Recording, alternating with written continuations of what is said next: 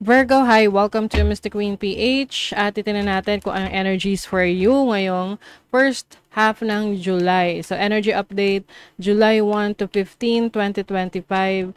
So, if you're interested in private readings, meron tayong link sa description at sa pinned comment. Pakicheck nyo na lang information kung paano mag-book for a private reading. And please subscribe to our channel to show your support. Like, share this video, at comment na rin kayo kung kayo ay naka-resonate. Okay, so let's see, Virgo. Ano ang update? Energy update. May nakasamang card. Energy update for Virgo.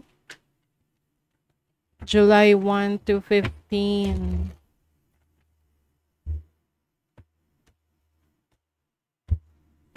Okay, so this is your overall energy, possible challenge, opportunity, blessings.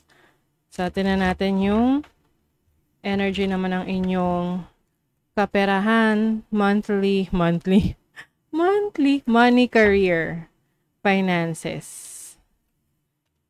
Oh, okay. And then, love life.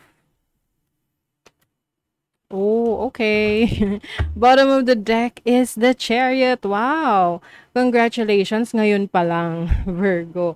Because the Chariot is about success, moving forward, moving to a new direction. You are well equipped, no? So, ibig sabihin yan, ano ka, yung tools na kailangan mo, yung mga kagamitan na kailangan mo para sa journey mo, para sa iyong paglalakbay, meron ka niyan, no? Can be any kinds of tools. Pwedeng physical tools, pwedeng mental tools, or spiritual tools. So, kumbaga kung ano yung kailangan mo. Halimbawa, ano lang, no? Analogy lang. Kung kailangan mong magluto ng pansit, o lahat ng kailangan mo, ingredients mo, kailangan mo para sa pagluluto ng pansit, meron ka. Okay? So, nasa sayo na yan kung lulutuin mo yung pansit. Ano ba? Parang ganon, no? So, you have the tools that you need to make your life successful. Yun lang yung ibig sabihin nun. You have the Seven of Swords, the Nine of Wands, the King of Cups. Okay. I feel like there is someone na malapit sa'yo na parang somehow sinasabotahe ka niya, or pwedeng itong taong to ay secretly na naiinggit or jealous of you, of your success. So, mag-ingat sa mga ganong tao. Okay? Pay close attention sa intention ng tao sa'yo. Minsan kahit kamag-anak mo pa, minsan nga sobrang close mo no? Yung iba nga asawa pa nila Oo, yung nagbe-betray sa kanila. But, you have so much compassion kasi. Kumbaga, ito kasi yung tao na maraming beses mo nang binigyan ng pagkakataon. Oh, alam mo na kung sino yan. Pinagbigyan mo, binigyan mo ng chance, ulit-ulit. Pero, ano talaga siya? Hindi kanya talaga totally sinusuportahan all the way. May halong inggit. So, the overall energy is the Eight of Pentacles, which is your work. So, maaring focus ka sa trabaho mo, talagang meron kang gustong ma-achieve talagang nandun yung attention mo, no? Meron kang pine-perfect or minamaster na craft mo.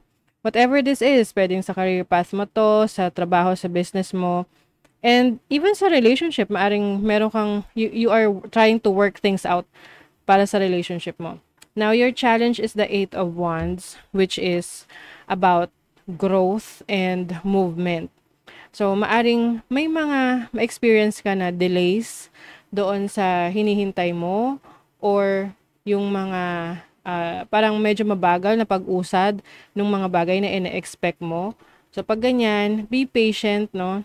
Ano man yung mga bagay na hindi mo kontrolado, ay isurrender mo lang, hayaan mo lang. Kasi hindi mo na kontrolado yun Huwag ka na magpaka-stress doon. What you can control, yun yung aayusin mo. 'Di ba? Halimbawa, ayaw mong ma-late sa work. So, maaga ka naman talagang gumising. Tapos, naipit ka pa rin sa traffic.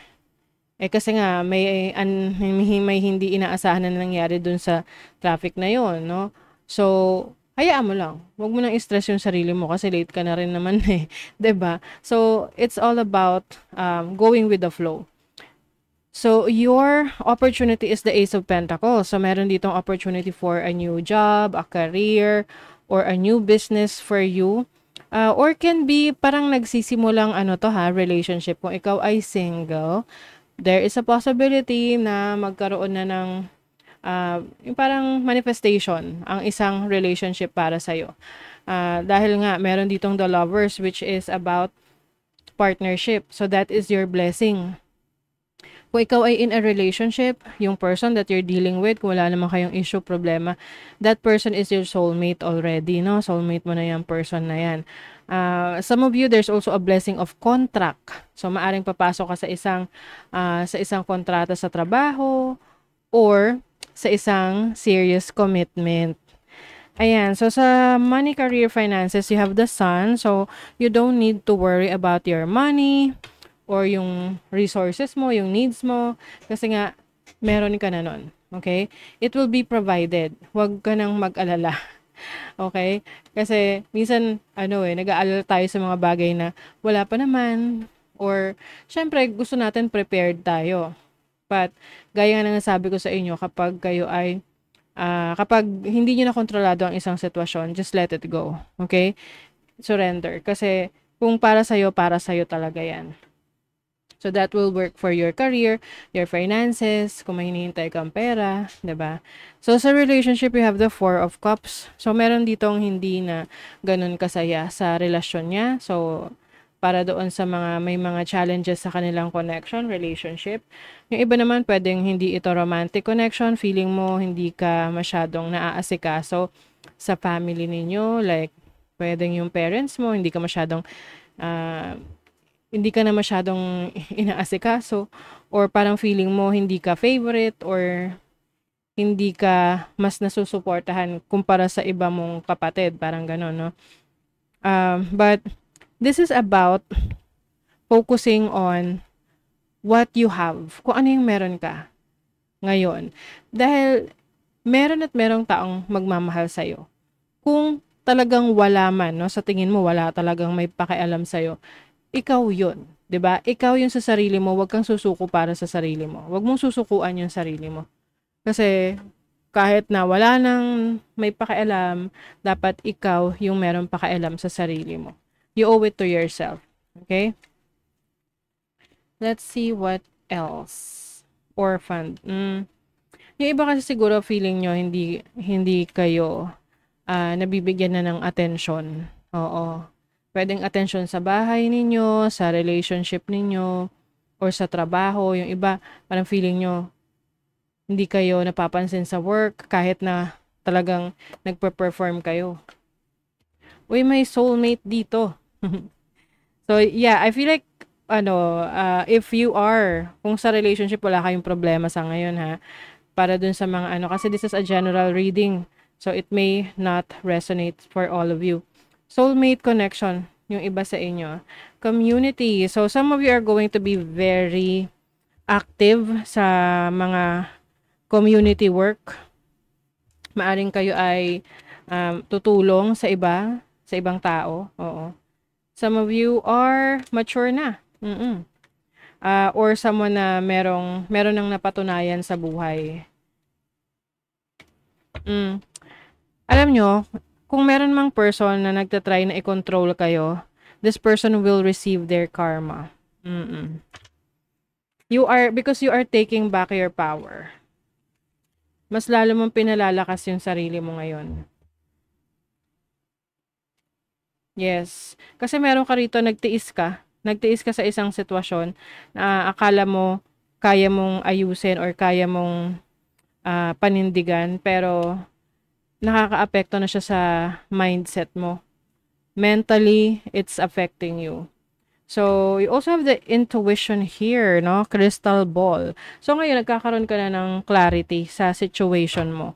Kung ano yung dapat mong gawin. So, yung iba sa inyo, maaring you are releasing ang isang toxic situation sa buhay mo or isang tao sa buhay mo na pinipilit kang kontrolin. Can be a narcissistic person sa buhay mo. Divine Feminine, you are being called on to rise. See, you are being called on to rise. Humayo ka daw, no? Dahil ikaw ay aangat. You are meant to be successful. You are meant to be in your own power. Okay? So, that is your reading, Virgo. Thank you so much. See you again.